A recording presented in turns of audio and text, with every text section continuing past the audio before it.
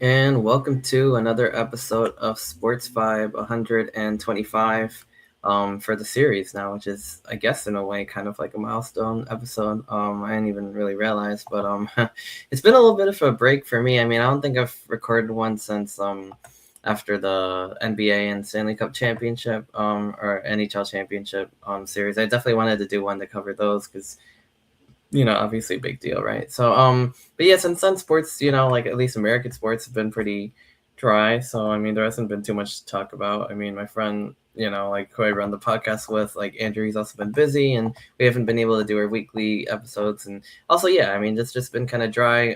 Obviously with one big exception, which is like the FIFA World Cup. So yeah, this is why. I mean, that's why I've been wanting to do episodes related to the World Cup, at least one. Been wanting to bring on my friend Matt, who I've had on the podcast before. Has been covering a lot of these games and stuff, going to them, but he's been really busy, unfortunately. But I have my other friend here, Ani. We play basketball together at Dogwood Meadows court. But yeah, I mean, he really seemed, like his knowledge about soccer, like kind of really spoke to me. And I thought, like, the World Cup kind of now in the rear view mirror. Jeez, like I thought, why, before kind of the buzz fades, it would be a good, good idea to have you on. And instead of doing it like in the middle or piece by piece, we could just recap the whole tournament, talk about the highs, a bunch of different countries, and kind of what this means for soccer in the US, the MLS, things like that, how we can kind of capitalize on the growth of the game. But yeah, I mean, I guess if you wanted to like introduce yourself, real quick before we kind of like dive in further. I mean, yeah, first of all, I mean, thank you for having me. It's always fun to talk about sports.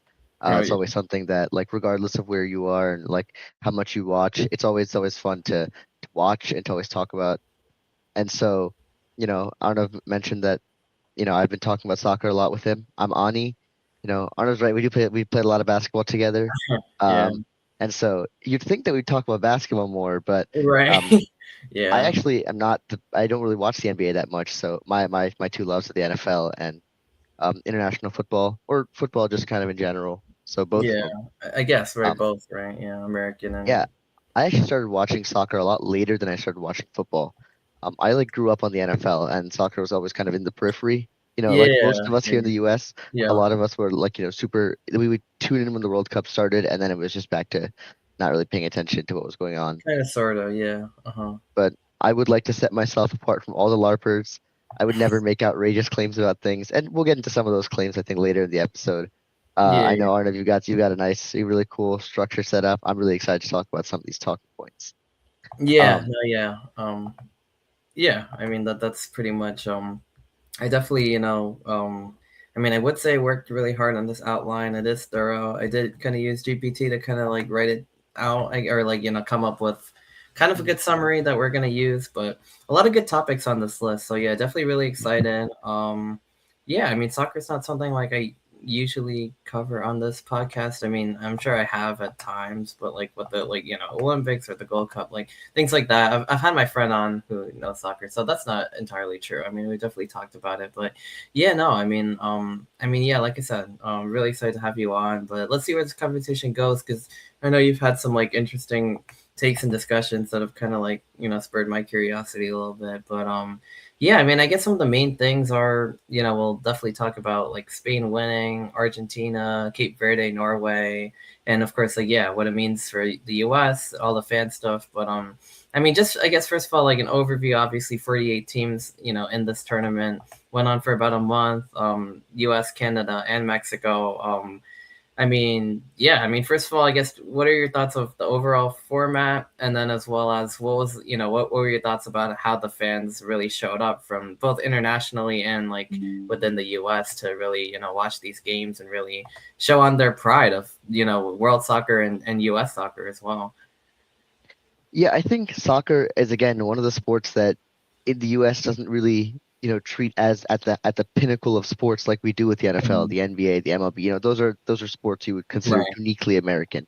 Well, yeah. Basketball, of course, is a lot more of a worldwide phenomenon, and baseball, of Mhm. course, has its draw. But Yeah. when you mention those sports, immediately heads turn to the NFL, the NBA, the MLB. Those are like the three big Yeah. places. If Of you course, even hockey want has to, its place. yeah, yeah, like even NHL to an extent too. Although that's Mhm. also kind of like maybe like a fourth, and soccer would probably be like even like a fifth. Although sometimes maybe some people have it more popular than the NHL, but it's like the Yeah, big four leagues are NBA, NFL, MLB, NHL. That's what kind of American sports fans really follow. MLS would definitely be fifth, but yeah, I mean we'll definitely get into that. But I mean in terms of like I mean I think one thing that really drew me about this tournament is kind of like it kind of went both ways. Like Americans I think really got to appreciate like foreigners visiting the country and experiencing American customs and traditions even outside of soccer, and then vice versa too, like foreigners really enjoying what the US has to offer,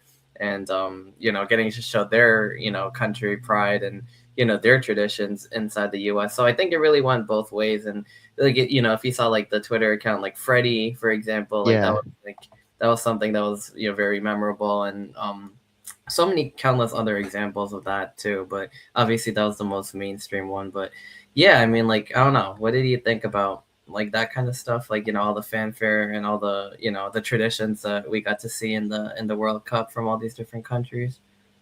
yeah. And of course, I want to make a shout out and mention to Canada and Mexico. I think they Yeah, also I did have a think they lot of also games. played a huge role. I mean, obviously, yeah. I mean, to your point, like, yeah, Canada was great. I mean, they had a lot of games. Mexico, I mean, they had a big home Always, field. Yeah, always. So, they always have a huge presence when it comes to soccer. It's one of it's a really big thing for them. yeah. And we'll get to. I want to mention England, Mexico later, but Hmm. some of the atmospheres in those games were great. Oh my But I will God. say, of course, we live in the U.S., so in terms of the U.S. Yeah. I really think that this was a great experience for Americans and foreigners alike. I know, um, Yeah. if you get ingrained in the soccer sphere, just in general, if you watch even the slightest bit of soccer and you open social media, you will see all the time. You'll see, people from more established football countries, a lot of European countries, a lot of South American countries. They'll kind of turn their nose up at Americans because, yeah, the Mhm. knowledge of soccer in the United States is, par for the course with the popularity. It's not as high as if it's something like football or Right. basketball. Right. And so, a lot of people, and of course, what with a lot of people's opinions on America as just kind Mhm. of a country as a Yeah. whole, that's its own separate thing. But Hmm. that's really led to a very like, if you saw a lot of people talk about the World Cup in the U.S., a very distrustful, like, oh, this is not going to go well. And Yeah. people still, even after the World Cup, had that opinion of, oh, I don't think it deserved to be in the United States. But Yeah. on a whole, I think when you got down to the individual level, people who came here to watch the World Cup, people from the United States that interacted with people that came here to watch the World Cup, that cultural exchange at Yeah. the source, I think was a much bigger success than people will. Of course, people on the internet love to complain about everything. But Yeah.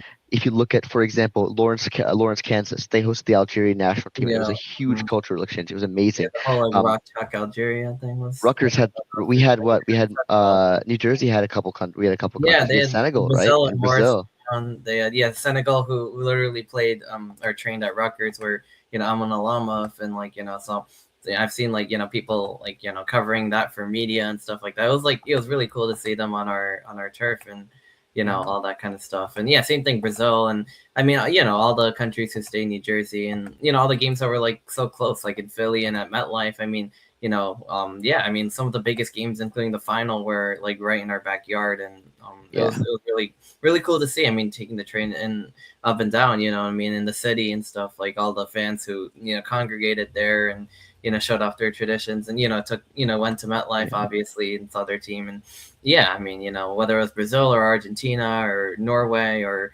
Morocco or like so many of the other countries who like played at France. I mean, who played in New Jersey. I mean, like yeah. MetLife, and some of the biggest stars in the world. And obviously, it's not the first time. Like we had like the Champions League there, or something. We've had the Club World Cup here Yeah, last that's year. what it was. Yeah, yeah. So we kind of had a trial run of this, and obviously international soccer gets played like in the U.S. a lot, like especially like the Gold Cup and Copa America, and like they use the football stadium. So it's definitely not the first time it's ever happened, but it was definitely really cool. It was definitely the first time the World Cups happened in like 30 years here. So yeah, no, it was huge, and this was the biggest one yet, and stadiums were packed, and I mean tradition. It was just cool, like seeing all the foreigners visit the U.S. and really enjoy it and bring their soccer love the game. And I want to shout out the American fans too, because they showed Yeah. up in a big way also. I mean, as well. So they showed off their own, like, I'm not a huge fan of all the chants that the Outlaws like to do, but I think they are a very solid fan base that really follows American soccer, and everybody who joined in as well. I mean, they were like absolutely incredible, and we really got to see some American traditions kind of start to take over in the fan Yeah. base as well. And the college football, the rowdy vibes and everything. And I mean, yeah, I mean, like it was pretty sick. And I do want to like get to the US like as a team Mhm. in a second, but I mean, I think we got to start with like kind of the champions, like start at the end, I guess, or start at the final, start with kind of just go on the way the outline's written. And so we could start with, like, I guess Spain and Argentina, and then I'll get to the US in like in a little second. But yeah, in terms of the fan group, I mean, both the dedicated US soccer fans and everybody who jumped on the wagon were extremely passionate, and it was definitely made me really proud to kind of watch them, you know what I mean, and see like people who didn't really follow like still get on board with the US. And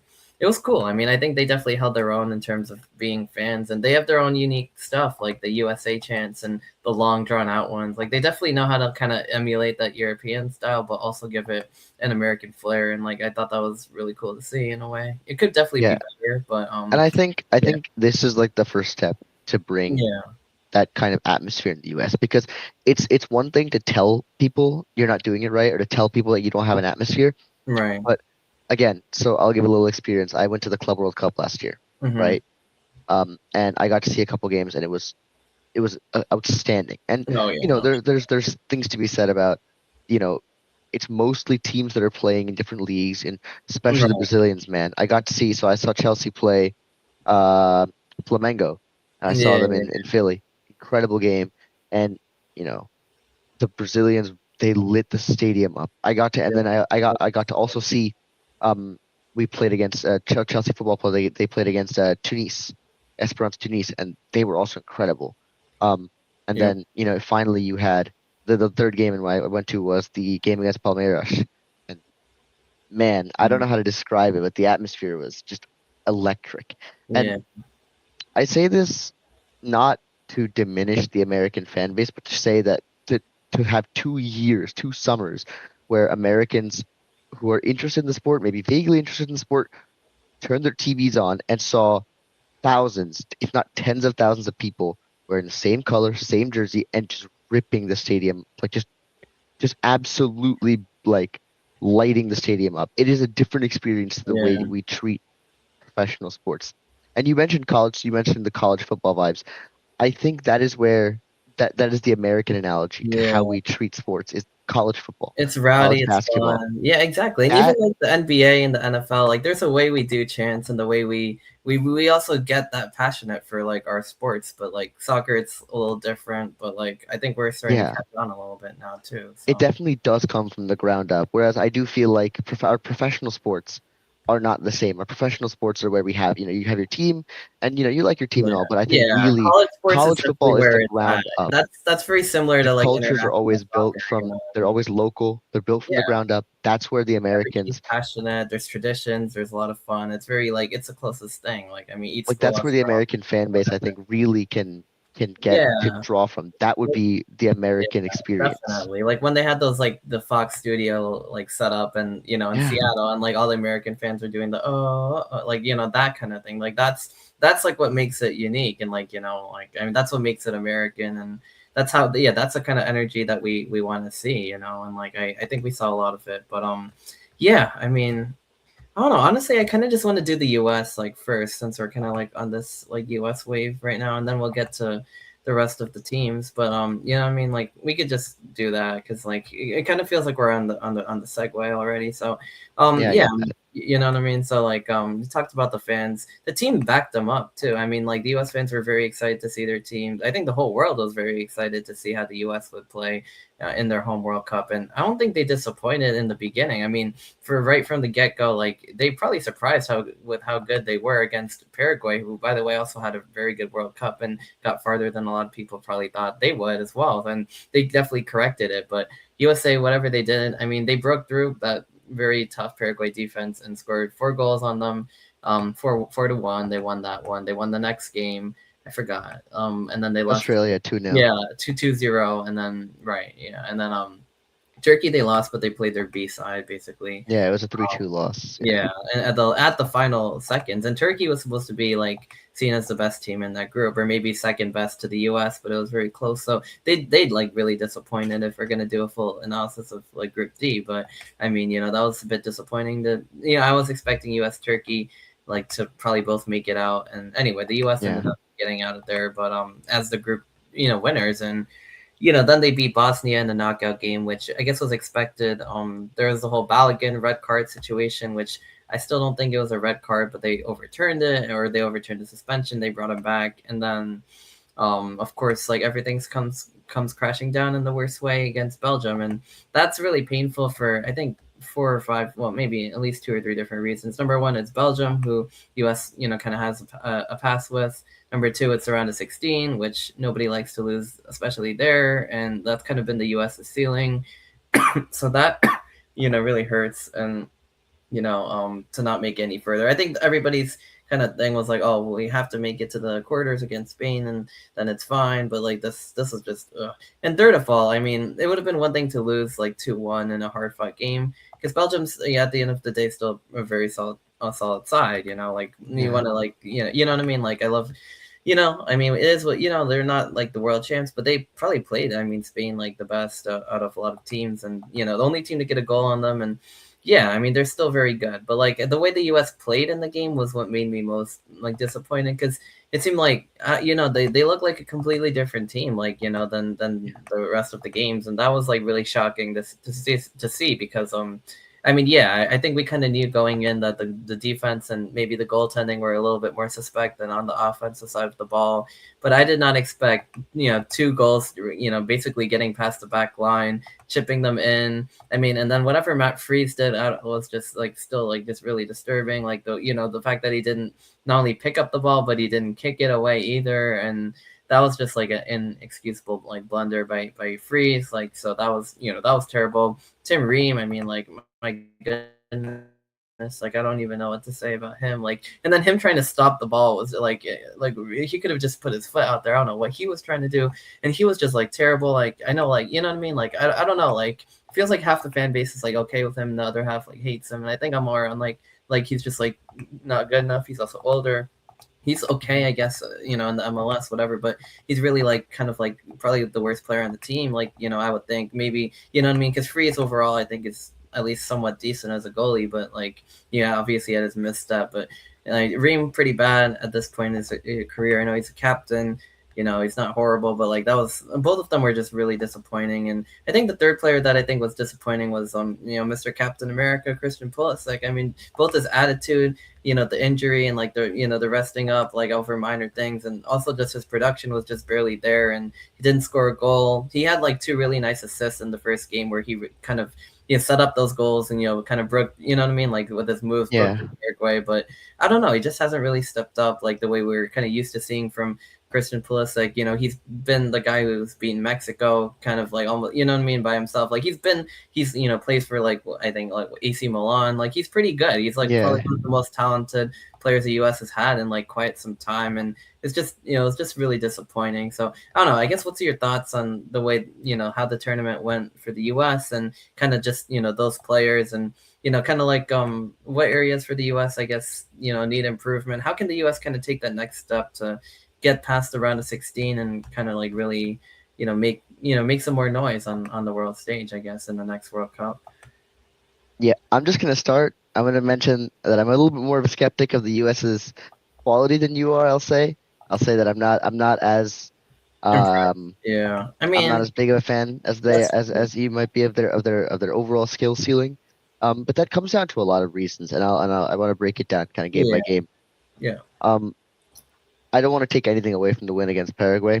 I think that was at least, if not a show that the U.S. was one of the better teams of the That was tournament. like a statement victory to me. It was a show that the U.S. was here to play. Yeah, exactly.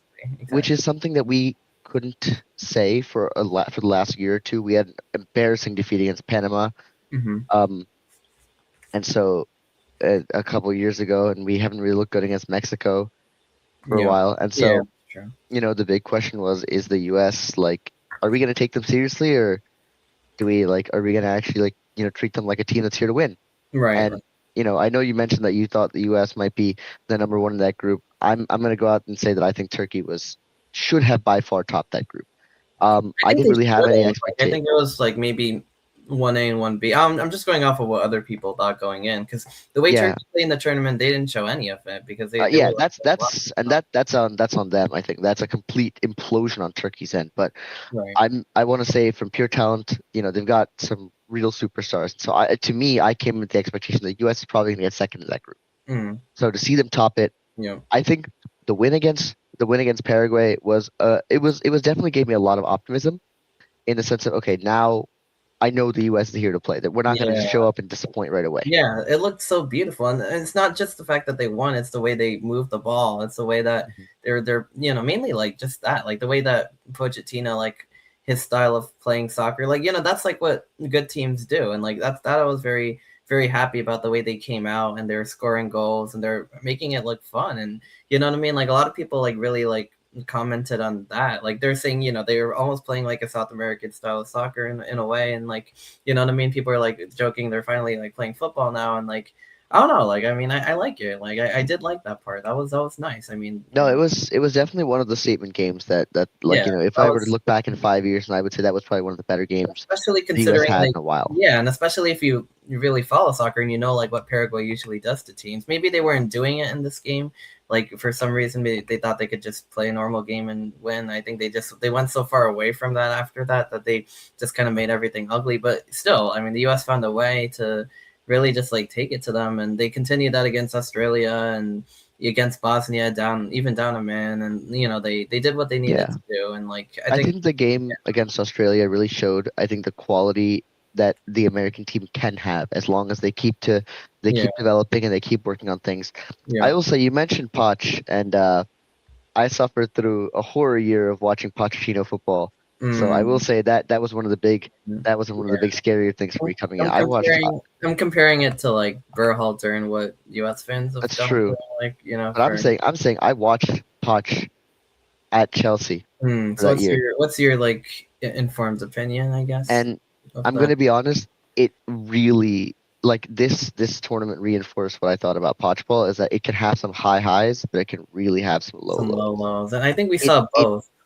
Yeah, and when we get to the game against Belgium, I'd like to go a little bit in depth about the tactical kind of Yeah, setup that please they do, had. because I was so disappointed in kind Yeah, of like how it just feels like things just work, and this is kind of something that happens in college football a lot where bigger teams kind of just like they just overwhelm the other team or whatever. Like the differences are like exacerbated. Like I'll give you Rutgers as an example. They're not known as any kind of power, but when they play lesser teams, they make them like look like they can't even move the ball. Like its size is a big factor, experience, talent. Like those differences are magnified. Where even like some of the better like lower level teams can't really hang with a pretty bad power forward team in Rutgers. And then it's flipped the other way. The second they play a bigger team, like that's it. They're the underdogs. Everything is like living and dying. It's a miracle to beat a team that's slightly better than them, like in Iowa or like a yeah, whatever. And then as you go up the board, it gets worse and worse. And I feel like we saw the same thing in this World Cup too, where the U.S. kind of just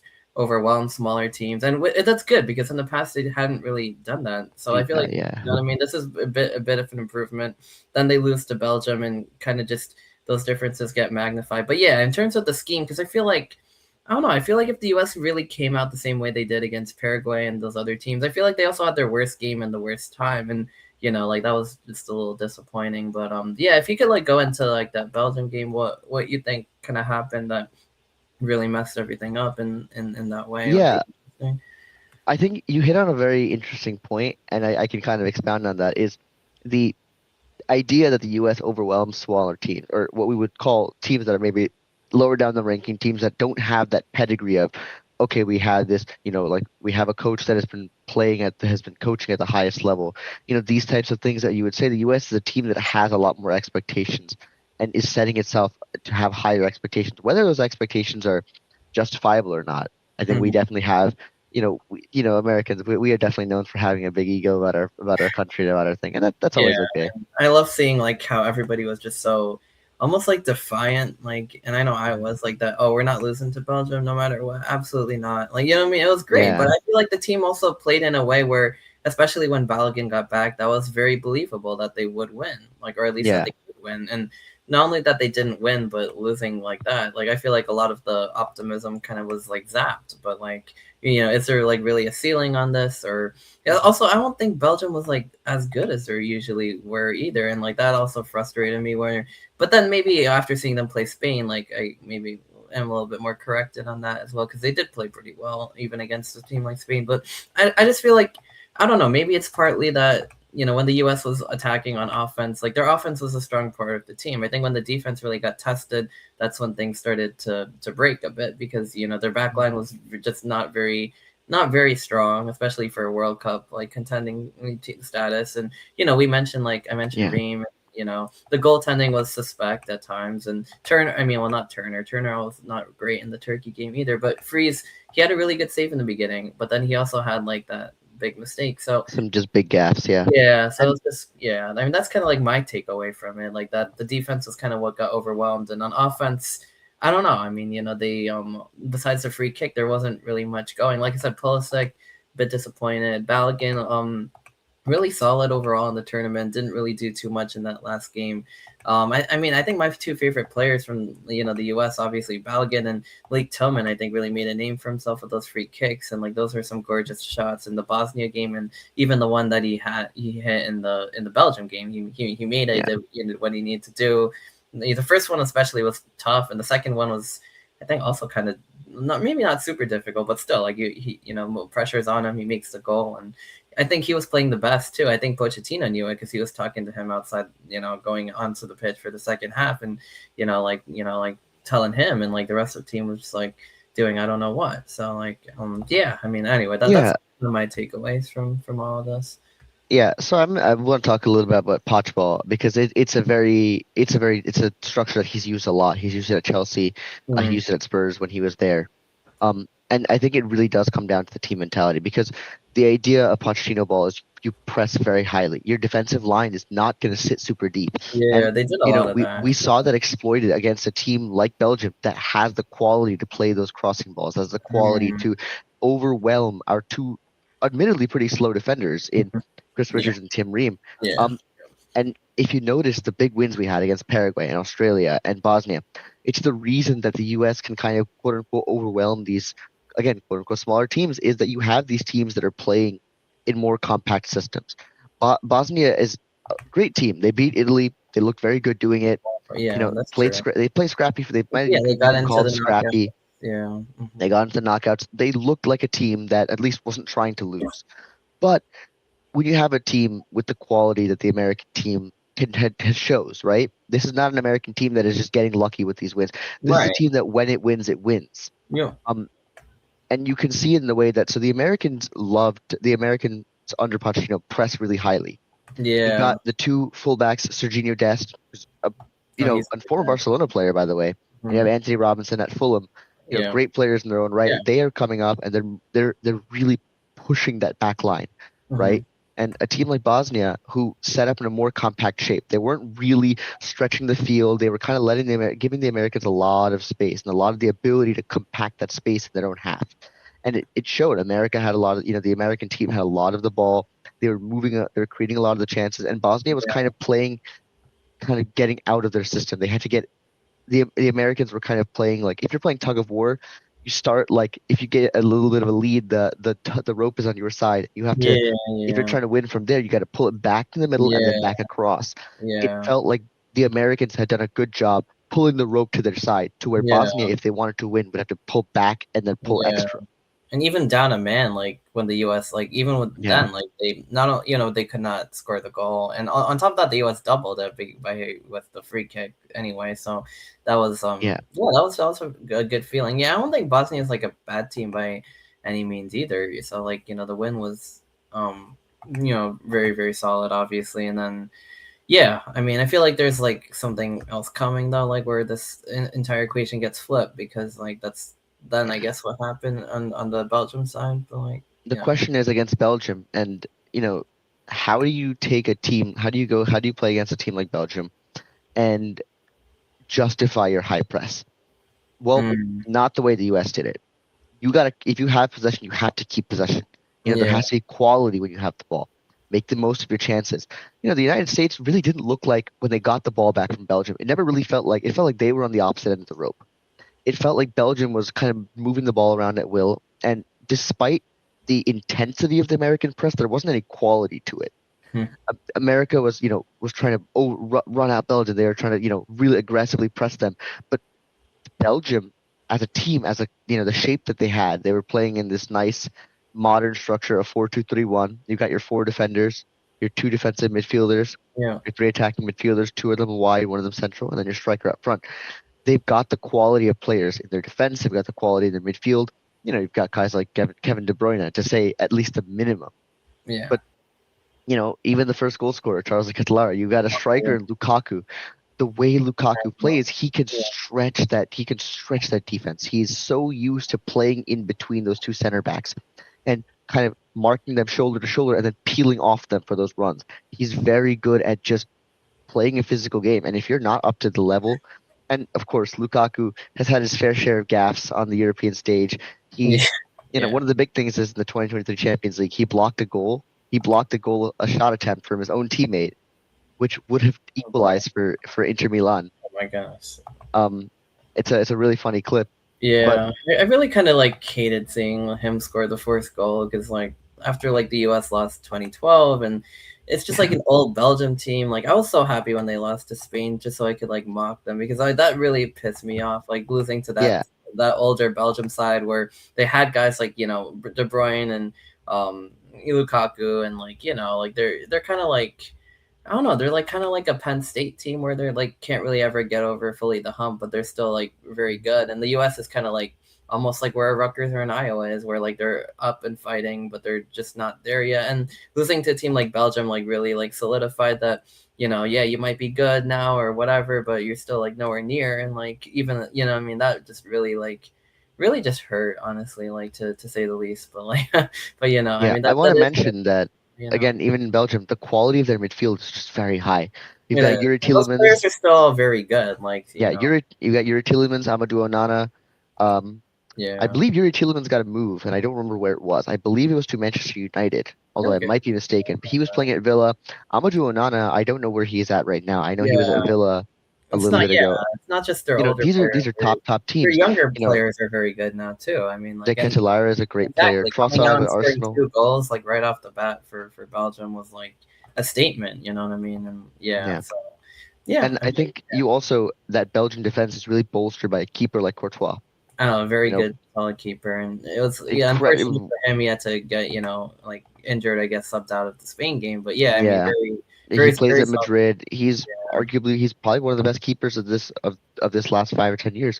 He's an incredible player. And Yeah. it goes to show because when you have a goalkeeper like that, when you have a goalkeeper that commands the respect Right. and someone you can trust, it makes your defense a lot more structured. That is It true. means that your defense can operate a little bit higher, it can operate a little bit more, take a little bit more of a risk because they know they have a keeper behind them. Of course, that's not to say they're just going to let the Americans walk in and take shots at Courtois, but it also means that they can afford to press higher and turn around and pass the ball back to Courtois. They know something like what happened to Matt Freese, where you're just running around in the middle he's running out of his box, Yeah, just that you was know, just not great. just no real possessional understanding of I cannot be here doing what I am trying to kick the ball right now. This ball should not stay at my feet for more than a millisecond. That ball should be launched into the air. I should not see that ball in my half. When that ball comes to Freeze, he needs to launch that miles away. That ball should not be anywhere near him for as long as it was. And what happens, he stumbles and Belgium can just capitalize. Yeah, I mean, I just never like saw anything like what he did. Like I don't know. Like it's just like something about that just made it seem like they like the team gave up. Maybe he did. Maybe he made a mistake. Like I mean, I'm sure he did, Yeah. but I It's think just, I think, it's just three different. frustration. Yeah, maybe. Well, yeah. I mean, it's just a few different things happen at once. Like it was like okay, maybe fine. You don't pick up the ball, right?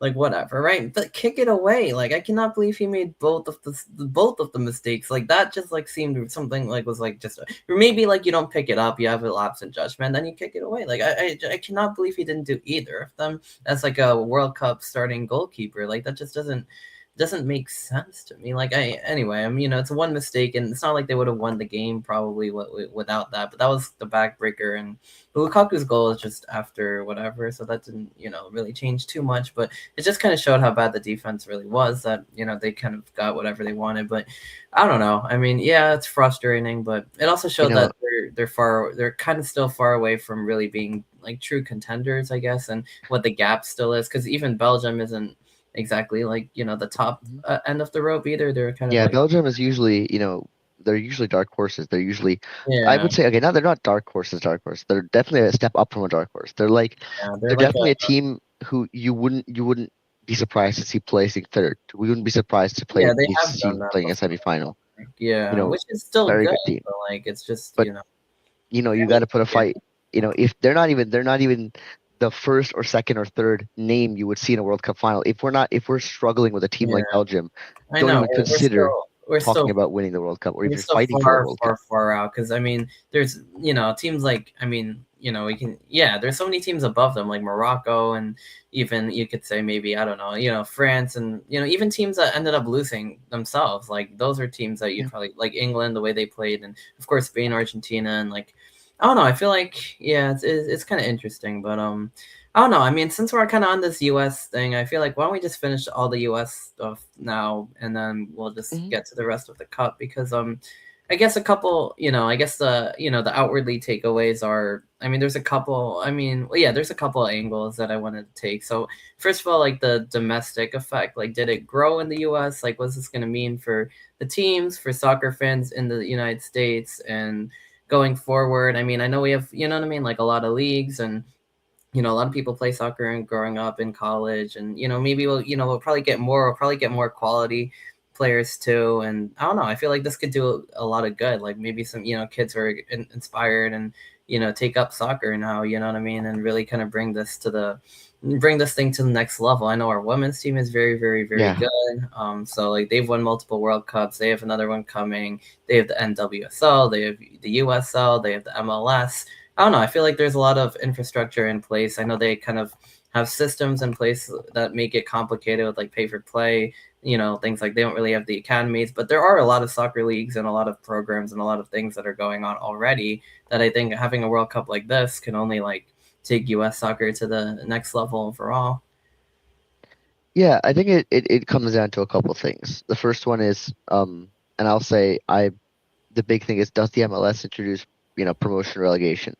Yeah, I I've think heard that's one a of the lot biggest about that pitfalls. on It's Twitter and tough stuff like to that. it's tough to, bring and one of the other big problems is with the MLS is that unfortunately we are in I guess a confederation, a continental confederation that does not itself, the entire confederation is not at the level of quality as something like Yeah. Europe. Even South America has incredible, incredible quality. I think people really underrate South America in terms of the quality Oh of yeah. their leagues. And I everyone's mean, like, oh, we yeah, want to make a I big guess move to so. Europe Yeah. and play here. And, you Right. know, beyond offering absurd wages like you would, like the Saudi Pro League is doing, how is the MLS going to attract foreign talent? That's That's one true. question that the MLS needs to solve. How can it attract talent that is not 39 years old? You know, Yeah. great. Yeah. Robert Lewandowski is playing his first game for the Chicago Fire. Great. Thomas Muller is playing for Vancouver. Yeah, it's Great. cool to see. I did want to talk about Son that Heung-min is playing, specifically as yeah, well. at LA, but like this is a Son Heung-min who won the Europa League and then was like, thank God, I got my trophy at Spurs. This is a Robert Lewandowski who spent a long, long time at Bayern and then went on to play a couple years at Barcelona and then left. This is a Thomas Muller that spent nearly his entire career at Bayern and is kind of just making his retirement stop. The big fish. This is a Messi, a Luis Suarez, a Jordi Alba, Sergio Busquets. These are players who are done. Yeah. They, Yeah. they, they've done They're it. done with like Casemiro. seriously competing for like world trophy. Casemiro might be joining Inter Miami. I believe that deal is done. But Yeah, I think this so. is a Casemiro that 2 years ago people were saying, we had Jamie Carragher saying, leave the football for the football leaves you. And Oh my he God. stayed on Manchester United for a year or two more. And now he's, after all of this talk, even despite playing beyond that, all the pundits saying he should retire, now he's going to the MLS. is that really the model we want to be? Is Yeah, that do we want to it's be the like seen as a retirement league? retirement league for like, basically stars who are kind of on the twilight end of their career, and it's fun. Like look at like Miami's roster, like what they're doing with like Messi and Suarez. They might get Vizinha, which I think would be really cool to see. But Yeah, like, yeah, I mean, and even like yeah, we said Lewandowski coming into Chicago, and I mean Griezmann and Orlando. Like it's definitely yeah, cool to see like all these stars. But yeah, they're kind of on the back end, like. I mean, there's not really a way we can. I mean, it's good to see them in, like you said, Sangyo Min coming into LAFC. I mean, it's definitely really fun.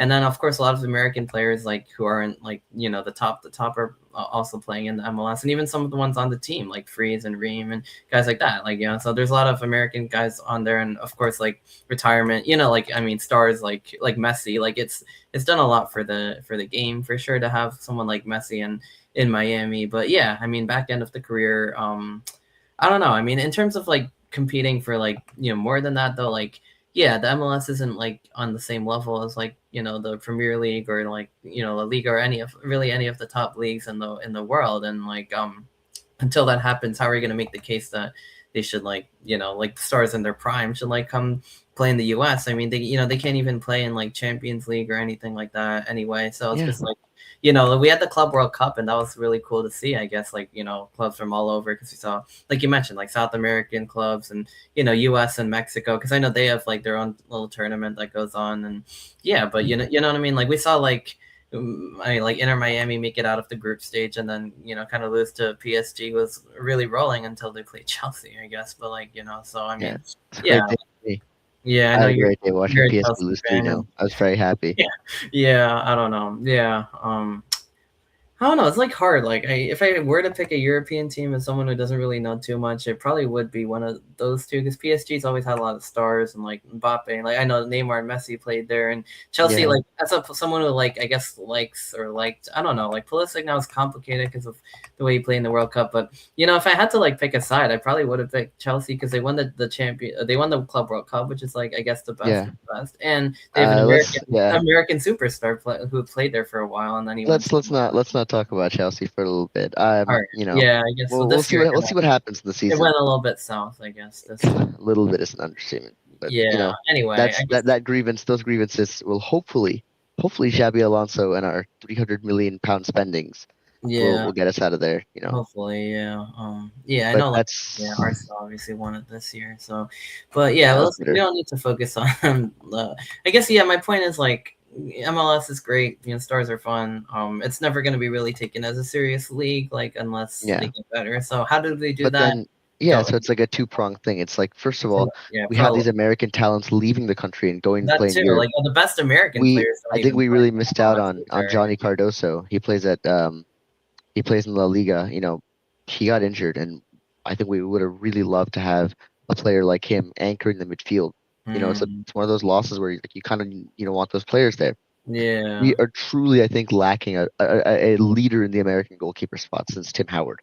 You know, Yeah, someone who's like really like stepped up to like Tim Howard, like even against the Belgium game, like he lost, but like the way he was incredible. Like I mean, he was like he's yeah, like really up there. Like was one of probably the best U.S. players like ever. Like including like positions, and even if you think of like what I mean, he's definitely up there. And those teams with like Landon Donovan, Clint Dempsey, they're like a lot of fun. But like, he was like really anchoring that goaltender spot. And yeah, I mean for all Freeze and Turner, and I feel like Freeze is definitely the better one, but neither of them are really that great. You know what I mean? So they both have their yeah. moments, and like it's rough because goalkeeper is like a big deal, and I feel like the U.S. should be better at least that position, if nothing else, because I don't know. I feel like U.S. has had some success with keepers in the past, and I don't know. I'm a little disappointed in that, but yeah, I don't know. I mean, yeah, I think you're right. Like pro rel, but then they'd have to have other. It's like if the MLS and the USL merged, I guess, so they could have probably run something like that, Yeah. maybe. But you know what I mean? It's a That's hard sell for sure because of the way the MLS is set up. But yeah. They don't really um, have like that thing. They don't have as many leagues and teams, and yeah, they're set up like an American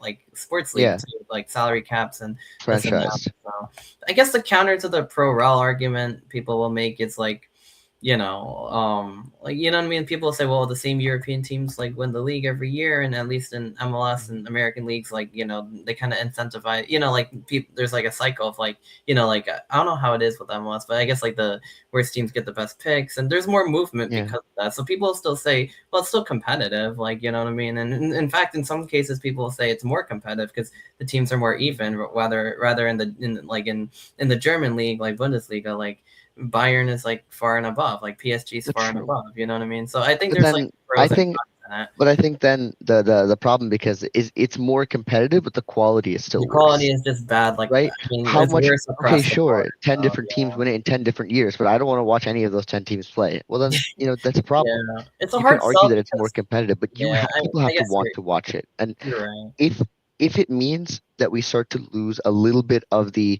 the parity, fluidity of who wins, like for example, I thought, in the last few years, I felt like the NFL has become a little bit harder to watch. I don't know. It might just be maybe because of because like growing up, the same but teams win and like no, I would argue that when I was, when we were growing up, I watched the Patriots win so many Super Bowls, but it was still such an amazing thing to watch yeah, because it felt like regardless of the competition and the competitiveness of the NFL and only two or three teams are really winning and making it deep in the playoffs, it still felt like the that's average quality true. was good, Yeah, you're not wrong. and I think yeah, that maybe I could just be older and maybe I'm romanticizing the NFL teams of my youth a little bit more. And now that I'm a little bit older, I can understand the game a little better. And I assume that when I see something wrong as a kid, I didn't really remember that stuff. And now I'm remembering a lot yeah. of the It's just like how bad tactical the Patriots qualities you were would this say. year going into the Super Bowl, like, and then it Yeah. just yeah, something did feel off about that, and I don't But know. I mean, you would say that like it's been more competitive since the Patriots kind of stepped away. You had the yeah, Chiefs for because a the couple of Chiefs years, took but over, and yeah, I you mean, had a like huge reset in the Eagles, the and teams that were making the playoffs, making the AFC championships, making the that's Super true. Bowl. It has been a lot more competitive, like lately. But I would say, would you really argue that it's been more fun to watch? Would you really argue that the I think so. quality of the Super Bowls were as high now Which in the last 5 years than they were maybe 10, 12 years ago?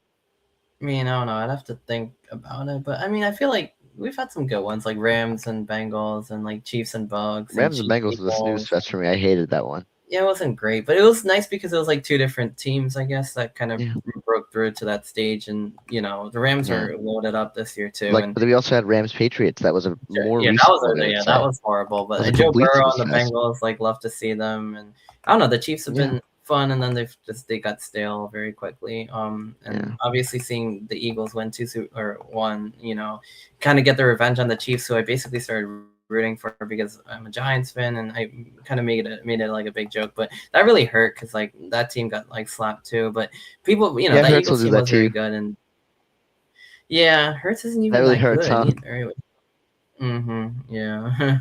But yeah, anyway, I mean, then the Eagles also have fell off. So anyway, I mean, yeah, like Speaking of it's winning cyclical. tournaments, Yeah, yeah. it's Speaking of finals, speaking of tournament finals, I know this is yeah. I'm gonna push this one a little bit because this is the big fish, and I'm curious what you think about this.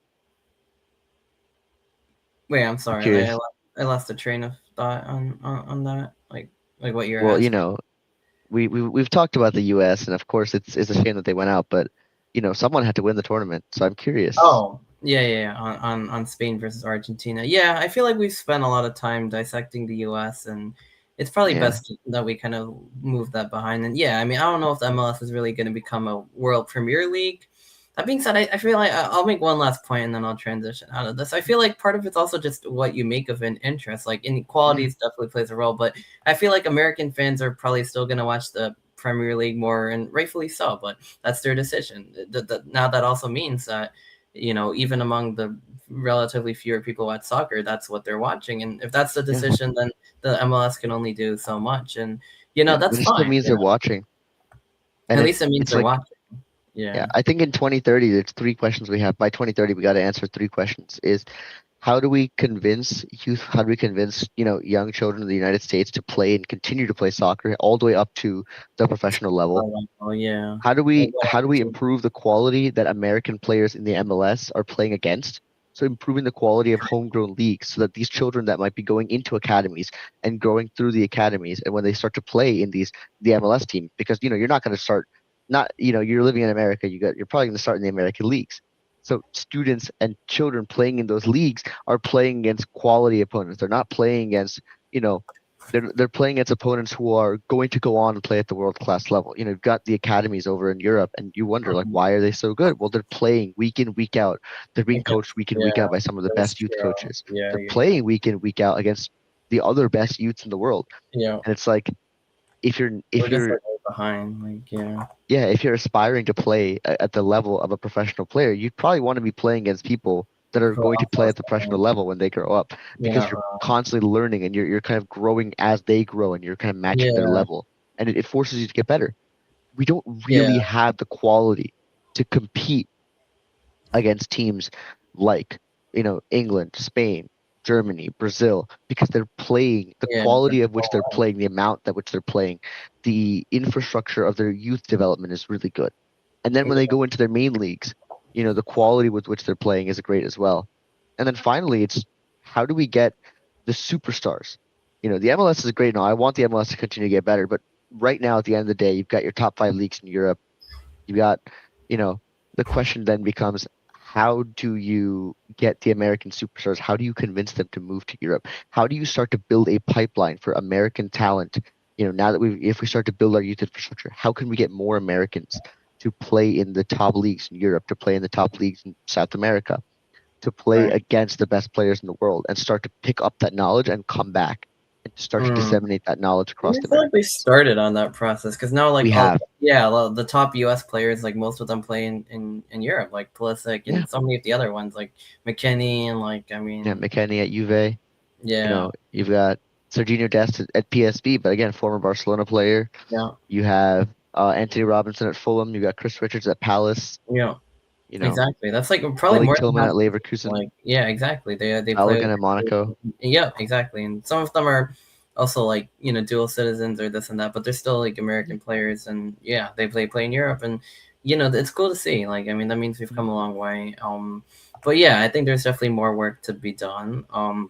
So like you mentioned, all those things will need to happen. The academies and more people playing in, better quality, and like better competition. Because I feel like even like Mexico, like U.S. has been in Mexico so much, and they play in each other's leagues and or competitions, and sometimes the U.S. teams win, maybe sometimes Mexico, but Yeah. neither of them are like really have been that competitive on the world stage or in their league stage. It's like weird, but like you know what I mean. Like I mean, I feel like Liga MX has like almost a similar perception as like the MLS now, which is like it's weird, but I don't know. I mean, I guess the whole thing is just like it's like a little bit short in North America, and those are like some of the two best countries, the two biggest fan bases. They go at it back and forth. There's a big rivalry, but then again, South America and Europe, they're both like woefully short, and it's painful for like a lot of the fans of both of these teams. But and then of course when the U.S. beats Mexico, like that's also been a lot of fun for us. But yeah, I mean, I feel like Yeah. there's a lot of work for probably both sides and both leagues to do, but I mean, Mexico had a good run this tournament. We could shift over to the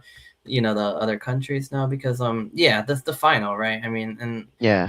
yeah, I mean that was something like I was saying like I guess someone who likes Messi is rooting for Argentina and very disappointing like the way that one went, and it's not just that they lost, but after kind of like whatever like getting lucky, playing well, coming back.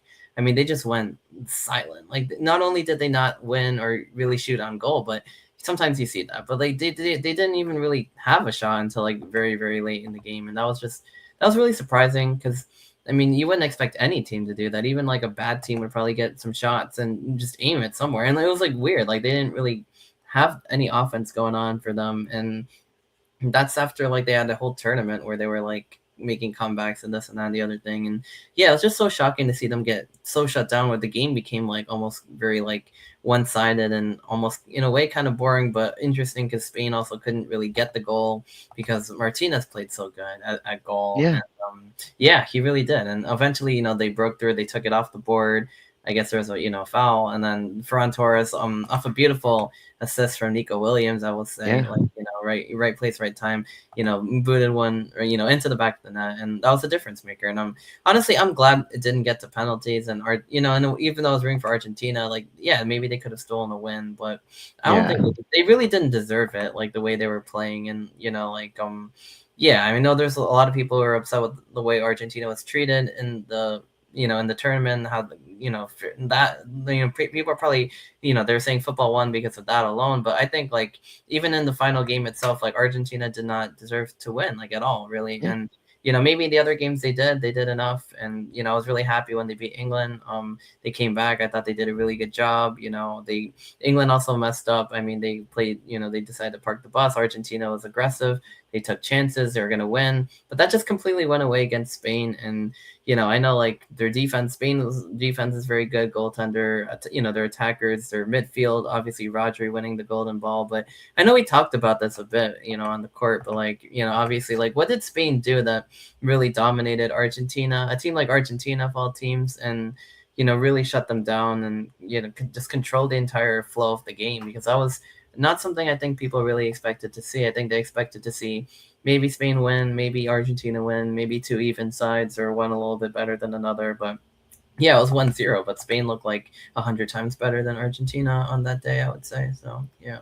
Yeah. Is there a way I can kind of I can present something? I got a little bit of I think they I have got a a little share screen or something Yeah, let like me try this. Let's try what I can do.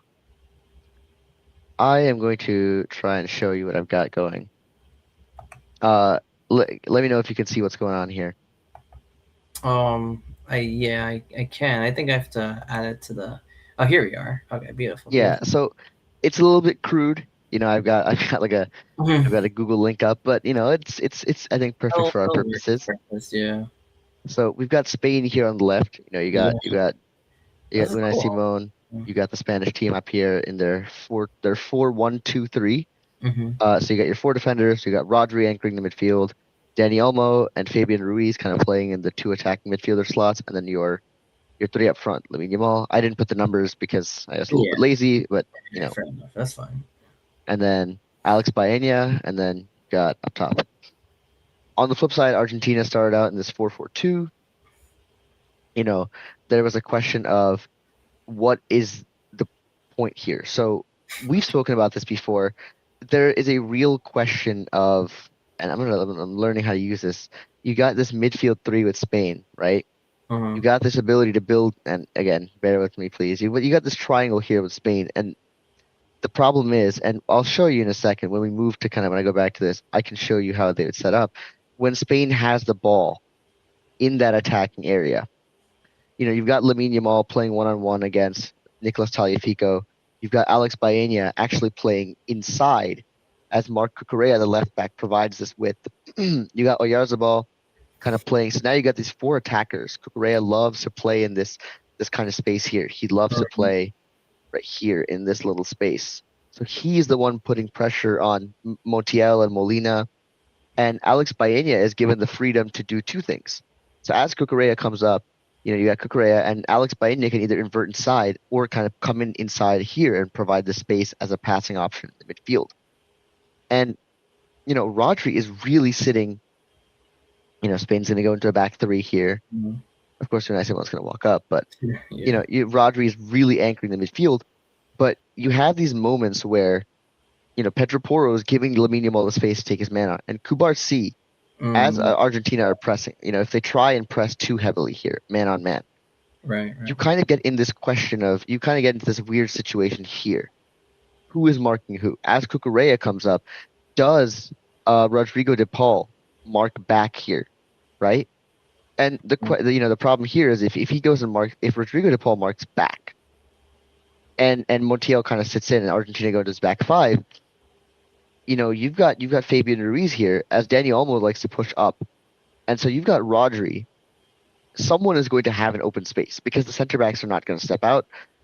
Montiel and Molina as the right back spot are not going to step out. So Rodrigo de Paul cannot follow Cucurella into these advanced spaces because now if Rodri is getting marked, he can pass the ball back into Cubarsí, and I can give you a little explanation. So Rodri can, if he's getting pressed, Rodri will pass the ball into Cubarsí, and Oyarzabal can step inside to receive the ball, but more naturally, Danny Olmo would come in and Fabian Ruiz would come in and kind of build this kind of square here. And it really comes because, like we saw earlier, you've got the way that Argentina were set up. You've got four midfielders here, but you've only really got two midfielders. So if I go back to, let's say, as Spain are starting their movement with the ball, Baena is still out wide.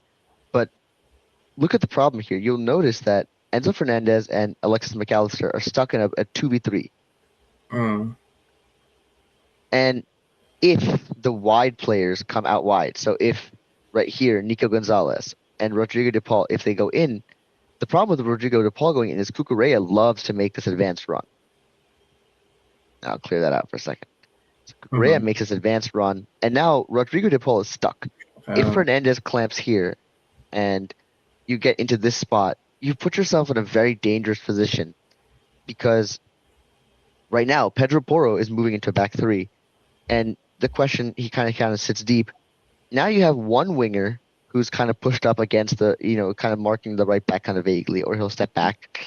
You've got one here, and you've got Messi kind of loosely hanging off here. yeah. It's not really a clean marking though, because you have a wide midfielder here. If Cucurella drops back, Montiel can't follow him, and so Baena can swing back inside, and Cucurella coming here means you have to decide who is going to mark. If Rodrigo de Paul leaves him alone and lets this happen, Fabian Ruiz can step inside. Rodri can move around, and they build these triangles, these little passing triangles, right? You build a triangle here. Now Enzo has to cover this, and maybe Julian Alvarez has to step back, and they go back to Kubarsi, and you're just running Argentina ragged. You just find these passes, and if you look now, for example, and this is a very crude example of how that space opens up, but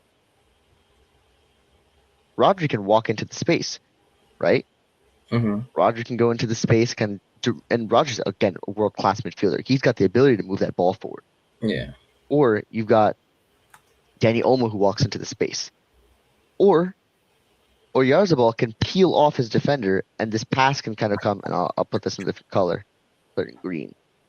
This pass can kind of come diagonally across, or the pass can go out over the top to someone like Baena, right? Mm. How do you deal with this? How do you deal with the space left behind, right? Yeah. And so when you have this question of a midfield, right, you've got this midfield four, right? You've got your four right here. You have a big problem, especially against a team like Spain, who love to ask this question with their left back and their right back. Who is in charge of Cucurella? And it's a really difficult question to answer. And it's even more difficult to answer when you have players like Rodri in your midfield, because it's very unlikely. You can't afford to leave Rodri in space, but you also can't afford to leave Fabian Ruiz in space, and you can't afford to leave Dani Olmo in space. Yeah. So this is kind of the question that Argentina struggled to answer. It's like who Um, do you end up leaving, I guess, or whatever. yeah, what would end up happening is Argentina's, their wide midfielders would narrow in the space, right? Mm. And so you've kind of compacted them down to where they are trying to close in here and kind of form this little central space here and kind of just blocking this midfield. So maybe Nico Gonzalez is marking a little bit tighter on Dani Olmo as he drifts wide. But, you know, now that ball gets rotated out towards Pedro Porro, who drives into space. And Mm. now they have to resettle their shape. Mm. And that ball goes into Lamine Yamal, who's now one-on-one. On the right. Yeah. Yeah. And that's And dangerous, so basically. But how do yeah. you answer that question, right? And if we go back to the way Argentina was set up here, it's a little four setup. It's not an easy question to answer, Oh, yeah, especially definitely with not. Alex Baena offering this inside as an attacking player and inside as a midfielding rotating option to facilitate the movement of the ball. It's Mhm. just dragging. Spain did a great job dragging Argentina out of position. Yeah. And if you notice, some of the big chances came with play in the midfield. Rodri finding a space ball to Fabian Ruiz and Danny Olmo coming across. Sorry, to Alex Baena, who's kind of dropped in here. and then Danny Olmo making a darting run, and the ball coming into Oyarzabal, who his shot wasn't amazing, and I think the shot came in a position like this, and he kind of shot it towards Martinez. But Yeah. it's if you notice, look at kind of how Argentina's been dragged out of shape. Alex so Cucurella has been, he's well up here, and he's kind of causing problems. They love to play this back and forth ball. They'll pass to Cucurella, and he'll pass it right back, and he'll just force the Argentines to move closer to him. He'll force the defender to move a little bit and back away. And it's those little movements, it's those little spaces of time Yeah. where Argentina are just getting stretched a little bit, and they're being forced to sit deep and kind of figure out where is the ball going to come from. And if they can't stop that, it just drains on them mentally and physically. And of course, Enzo Fernandez getting sent off definitely didn't help. Yeah, I mean that didn't help anything because then now they were, or even before that, they were like on defense the whole game. Then they were like even more on defense the whole game, I guess. Yeah, But and Argentina would drop very deep. Marco Senesi came on, and Argentina dropped into a back five, and they kind of yeah, played this. They kind of played this 5-2-2, 5-3-1, yeah, it's where just it like just this yeah, is what they dropped into.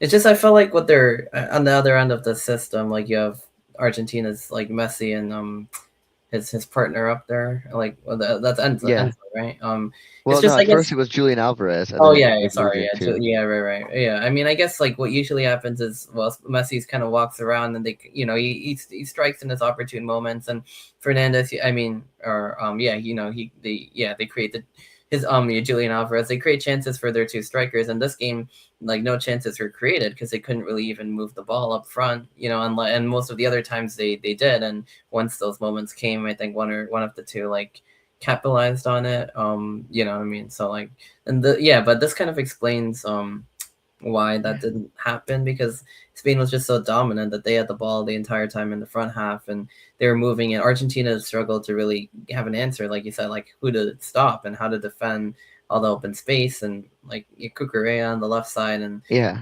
yeah, so that definitely played a huge part. Like this number And two also, for one other Argentina. big thing is if we look at that goal, right, that cross comes in from Pedro Porro, and it's just a beautiful diagonal cross. Oh yeah, And the cross, and then again, we're the back dragging pass the from Nico Argentines is out of like position, I love right? that one. Yeah.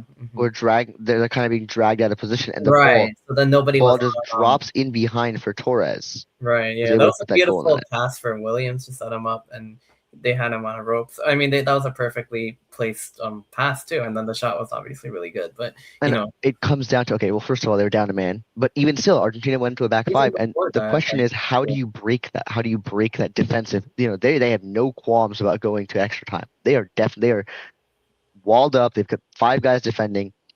How do yeah, you get through it? And it's by using the width. Pedro Porro on the right flank is able to get a ball to the inside running Nico Williams right on the outside of the goal, and Nico Williams is able to drag the defenders wide with him to open space yeah, behind him centrally, where towards the Ferran Torres can come yeah, in and, and score. and yeah. Well, that's a really Um, good. Yeah, I mean, that's pretty much explains it. I think like why how that worked. yeah, and I think this Yeah. doesn't happen without the midfield three that Spain had. Oh, sure. They're Yeah. all playing in very specific levels. So Rodri, of course, Ballon d'Or winner in 2024, incredible player. Yeah. This doesn't happen without him. And it's why he wins the Golden Ball. He was so instrumental in anchoring Spain's defense. Mm, You'll notice that I mentioned earlier with Belgium that they went to a 4-2-3-1, where they had two defensive midfielders. Spain operated in a little bit of a different way. Danny Olmo likes to play aggressively. He likes to move up the pitch. He's more of a central attacking midfielder. And Fabian Ruiz is also a little bit more of he's more of a box to box midfielder. He offers that support both attacking and defending, but to be honest, it was really Rodri that controlled that midfield. mm-hmm. And he was the one, he kind of had to play the defensive role of kind of slowing down Alexis McAllister and Enzo Fernandez as the two central midfielders for Mm, Argentina. And they couldn't get anything going. yeah. Spain's defense was great and really shut the door on a lot of potential opportunities that Messi and Julian Alvarez had. But Yeah.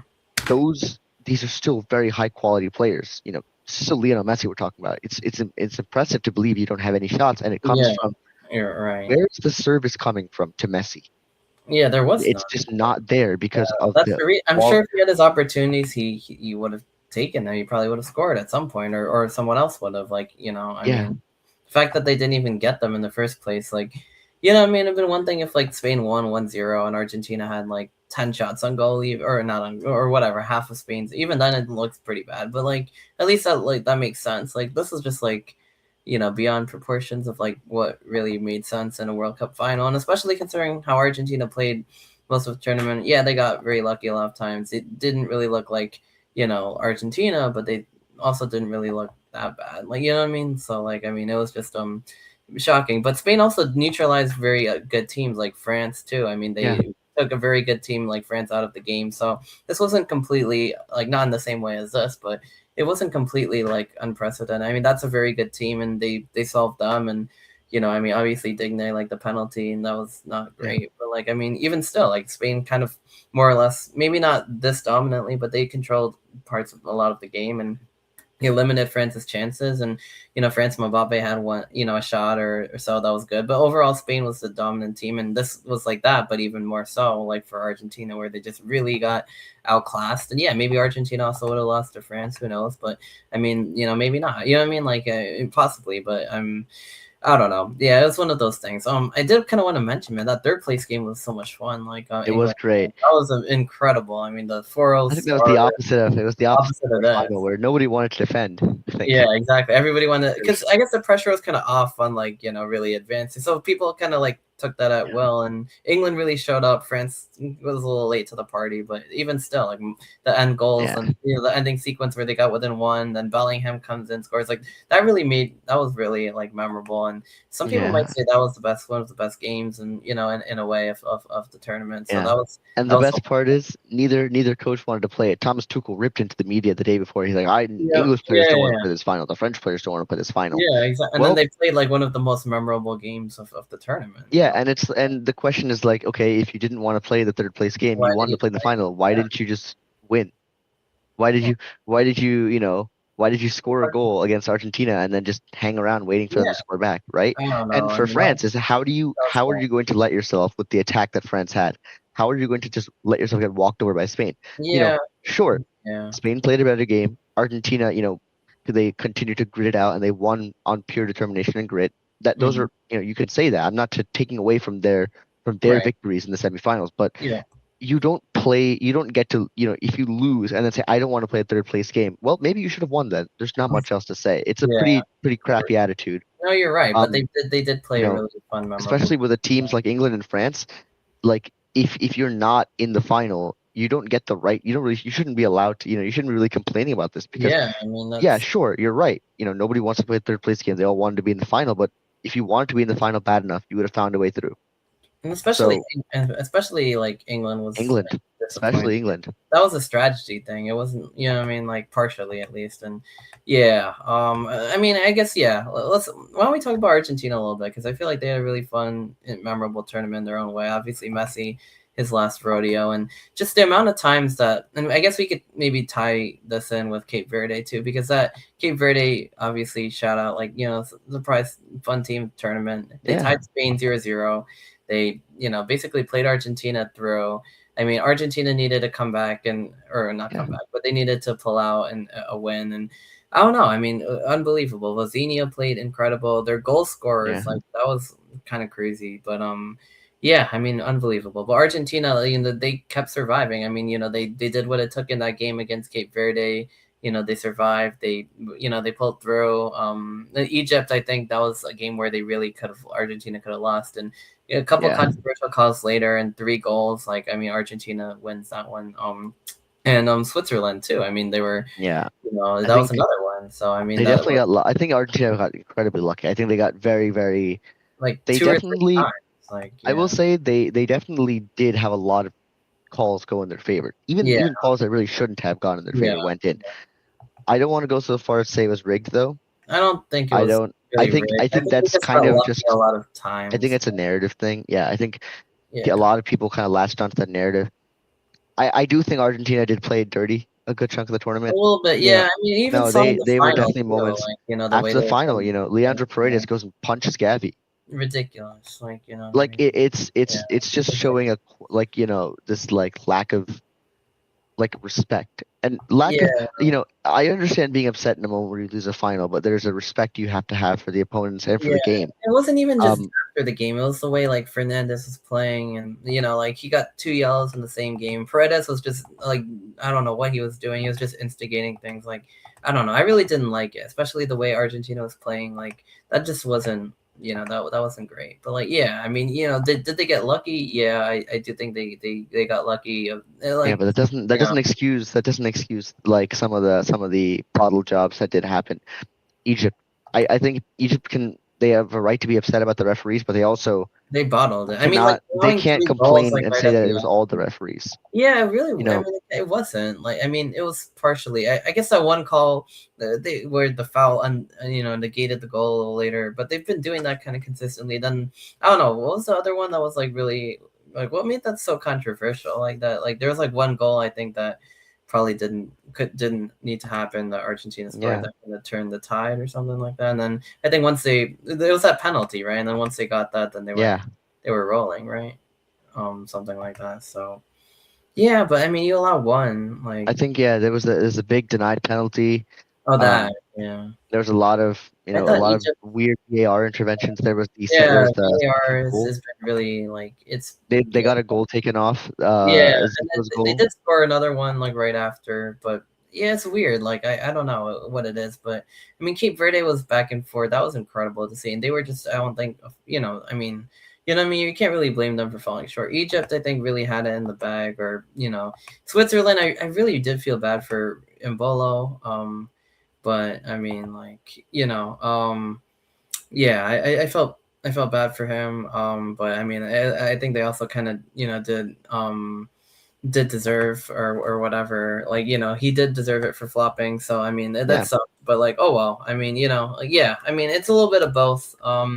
like I Yeah, a little bit completely of right both. in that. So the rule that they pulled, mistaken identity, technically Yeah, doesn't really apply there, but it unfortunately I think you could argue more that the first card for Breland Bolo was not as like necessary to give out, but the second one, I'm sorry.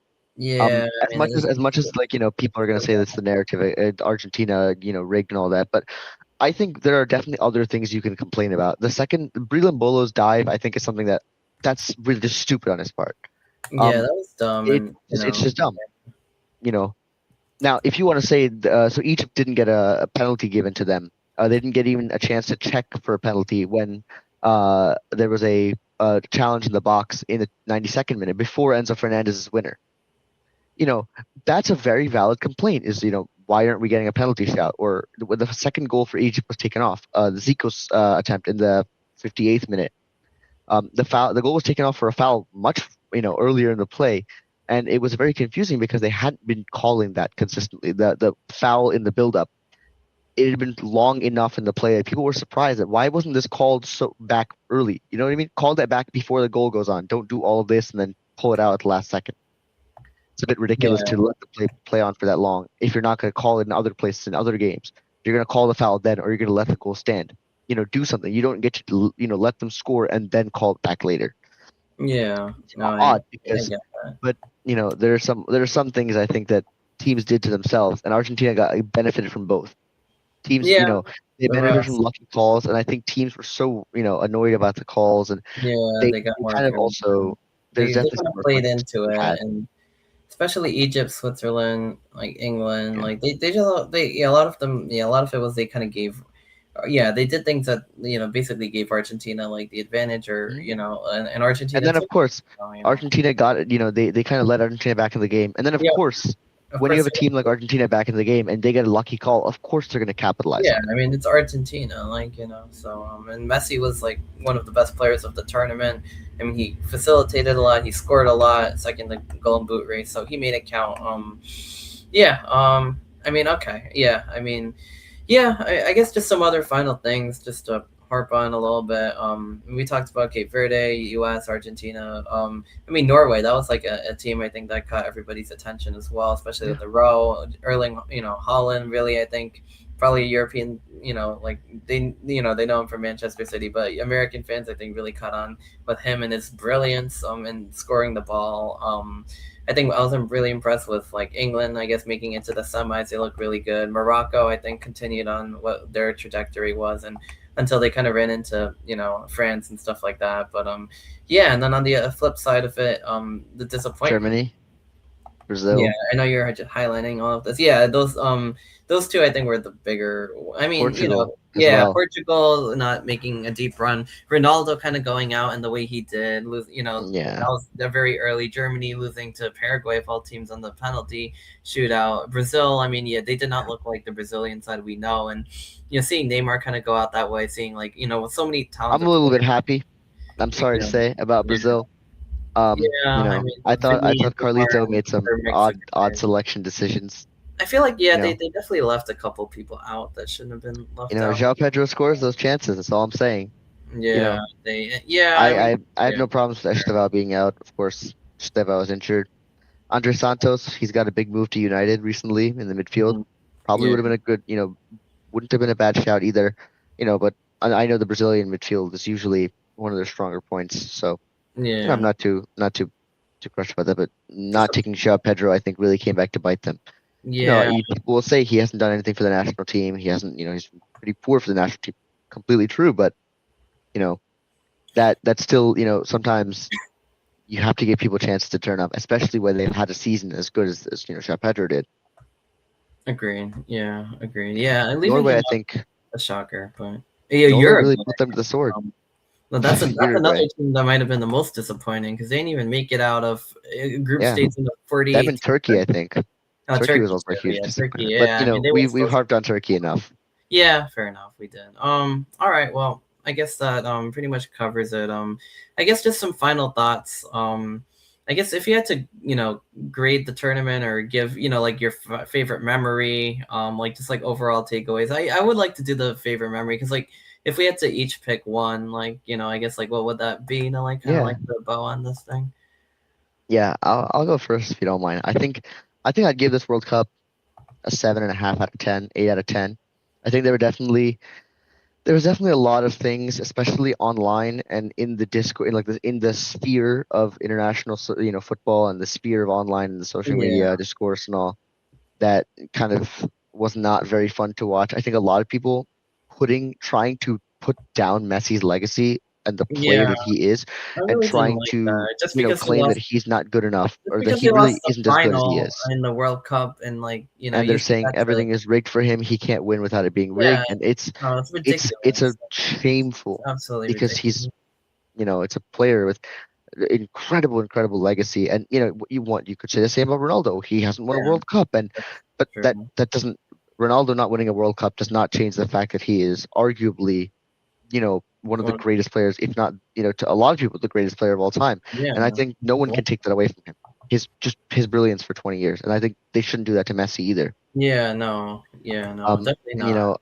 of course, as an American, all of the, our chants were, eh, but also I Yeah, think the backlash that we got before the Belgium game with, you know the Balogun thing and all with the that. Balogun thing, and people were like, oh, it's rigged because Donald Trump made a Stuff. call, and Well, well, I just felt it was a little bit upset, a little bit excessive, and yeah, I mean, it really took away, and all of these other, took away from like the narratives human, and like controversies tried yeah, to take away from the game. But yeah, we like also had great stories. that's true. Virginia, Yeah, we had Virginia. Room from Curacao making 15 saves. This was the year that I feel like this is Year, yeah, the keepers World Cup. yeah, We had that's great true. stories as well. Defensive. I mean, yeah, like between guys like that and on the higher end, like what Martinez did, what Simon Yeah, did for their Unai countries as Simon well. was incredible for Yeah, Spain. exactly. So I mean, And yeah, years this is Unai Simon playing for a Spain that has two other world-class keepers, and David Raya, Premier League winner for Arsenal, sure. and Joan Garcia, who made a move from Espanyol to their rivals Barcelona, Hmm. crosstown rivals. And it's like you've got a player that's playing, according to Luis de la Fuente, is better than the Premier League winner and is better than the Barcelona keeper, Wow, and he's playing at Athletic Bilbao, and he's that's it showed. interesting. Yeah. Everyone was like, "Oh, why don't you play David Raya? Why don't you play Jean Garcia? Why is Unai Simon still playing at a World Cup? Like, how is he still the main Yeah. guy?" Yeah. Well, I Pretty sure that I Exactly. feel like this World Cup answered that question. Not to say that Raya and Joan Garcia don't do similar things in that spot with the Mhm. team that Spain has, but Yeah, I mean, you know he barely saw the ball in the final. Like that's how good they people were. thought But, Unai Simon would let the team down. A lot of people were surprised. Not that he would like throw it all away, but he would definitely there'd be moments where Unai Simon would be it would be better to have Raya or Jean Garcia starting, but no, you know. So Unai Simon proved it. I think this is the year of keepers. It's definitely the Keepers Cup. I could And I see that, think especially with all the games being really defensive, low scoring, and yeah, the highlights that Vazinha had and Roof, and like yeah, and like you mentioned, Spain and Martinez, I think did a heck of a job for Argentina the entire turn, especially the final, like the amount of saves he made, and if there's two players in Argentina, I would really feel bad for would be him and Messi, really, because like like on yeah, the don't you don't have to feel bad for Martinez. He's a troll. a He's a troll big troll. Yeah, he's a huge troll. on like social I media, apparently. Oh, just in general. After he Oh won the yeah, World Cup in 22, he got very, the Golden yeah. Glove, and Oh yeah, I remember that. he made a interesting joke. He made a little That was phallic joke. Yeah, it was a little funny, but yeah, I feel like he played really well. But so did a lot of the goalkeepers.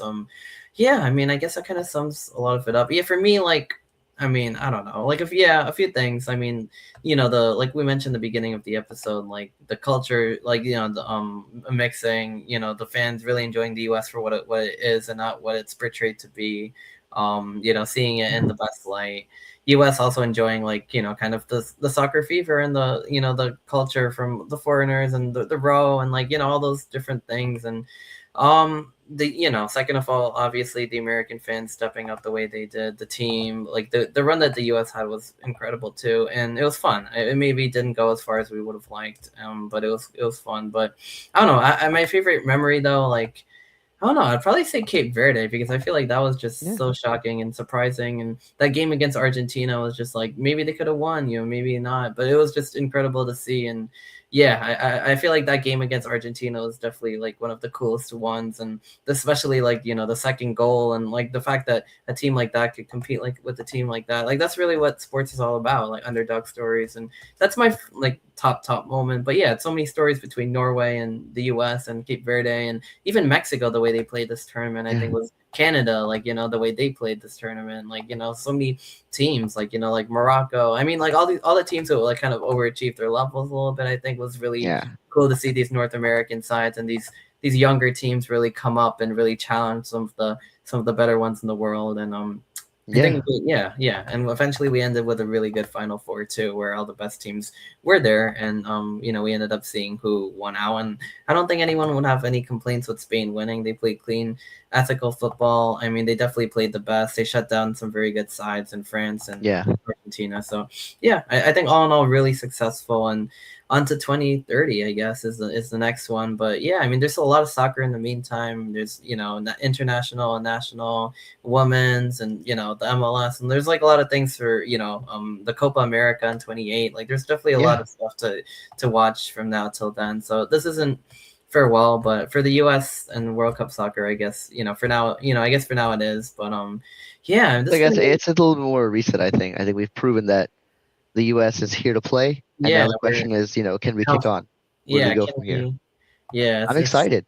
I'm excited too. I feel like this could be like, this could be like something that leads to more growth and more investment and more fandom in the US and soccer and the MLS and even just in general the national team. I mean, yeah, I mean, I feel like Pochettino I think is going to help this team get better and continue to get better. So I'm excited about that. But yeah, this has been really fun talking about this tournament.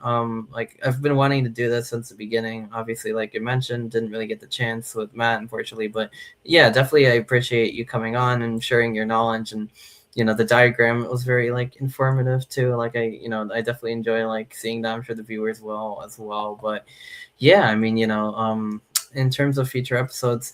I really don't know, honestly, because I'm kind of getting to the point with this podcast where I kind of feel like I've been there, done that, and I might just kind of like shelf it for except for like special occasions, like when there's things like this going on, or like when college football and the NFL starts. So I'm still trying to figure out what my plans are going forward, but definitely any kind of big events, plan to do an episode. Maybe I'll do something on like LeBron going to the Sixers and like the NBA free agency landscape because that's a big hot board topic for me, and for I love basketball. But yeah, that might be the next episode of the series. So stay tuned, I guess. I definitely would want to do that. Now that the domino settled, and we'll see if there's any other major moves made that would kind of justify it. But until then, so that's been another episode of Sports Vibe. I'm your host Arnav Sarkar here with my good friend Ani, and until next time, the vibes are always high on Sports Vibe.